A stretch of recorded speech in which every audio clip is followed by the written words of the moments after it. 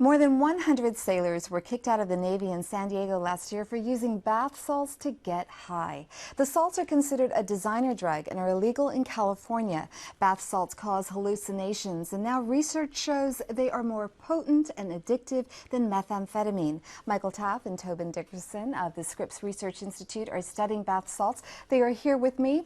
Let's start with you, Michael. What are bath salts made of? So the core molecule is a designer drug, and the core molecule is very similar to amphetamine. It actually comes from a natural product, the khat plant. And what we're in another episode of explosion of designer drugs, much like we saw with the amphetamines about 20 years ago. And so it's very closely related to amphetamine. It's a stimulant. And this is just one of the many modifications. This MDPV compound is one of the many modifications we've been seeing in the user population. And Tobin, how did you study the drug? So we saw this first emerging in the UK in about 2009, and then realized that this was eventually going to come to the US. What we did first then is to figure out what the drug looks like at a molecular level, and then synthesize it in the lab. So my lab synthesized large quantities of this in a similar fashion to the way a drug user would, and then made this so we could do animal models. In this case, we use rats to model what it would be like if a human were using the drug. And what did the findings show? So the primary thing was there's two things we do. So these are rats. They're given intravenous lines. And they press a lever for an infusion of drug. And so what we found is that in one model, if you increase the number of presses that the animal has to give for each subsequent dose of drug, that they would press the lever more for MDPV than they would for methamphetamine. The other thing you can do with it is you can decrease the amount of drug that's available for every lever press. And we found there is that as you decrease the dose that was available, the rats would continue to keep working for the MDPV, or the bath salts compound, when they stopped working hard for methamphetamine. And were these findings that you had with the rats similar to what has been displayed with human beings? There is some anecdotal evidence with human beings where human users have said it's very difficult to stop using these bath salt drugs, or they're more potent or more stimulating than they were expecting from, say, methamphetamine. And in that case, we did see that with the rats as well, is that the rats did want the drug.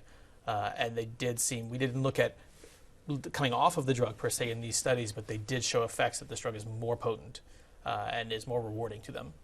And Michael, what did the findings say about the future? What did the findings tell you about the future of the synthetic drug industry?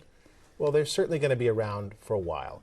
One of the things that we're trying to do is, as I mentioned, that there's a diversity of compounds. The bath salts are actually a collection of designer compounds. And what we would like to do is to sort of get out in front of the human use profile so we know more before people actually start doing them in significant numbers. And that's been one of the problems, that the composition of these drugs keeps on changing, and so they remain outside the bounds of law. Tell me a little bit about that. Sure. So the way this has worked is that the drug users have stayed in front of the laws, both for detection purposes, in order that these drugs, if they take them, you aren't detected. So in the military populations, for example, where you're under surveillance. But also, they stay out in front because of regulation. So this compound MDPV was scheduled in an emergency procedure in 2011, but now the drug users have already moved on, and there's already new cathinones that are out that there's no studies on, and there's no idea of, are they more powerful stimulants than methamphetamine? Do they have other effects? There's just no research that's been done yet.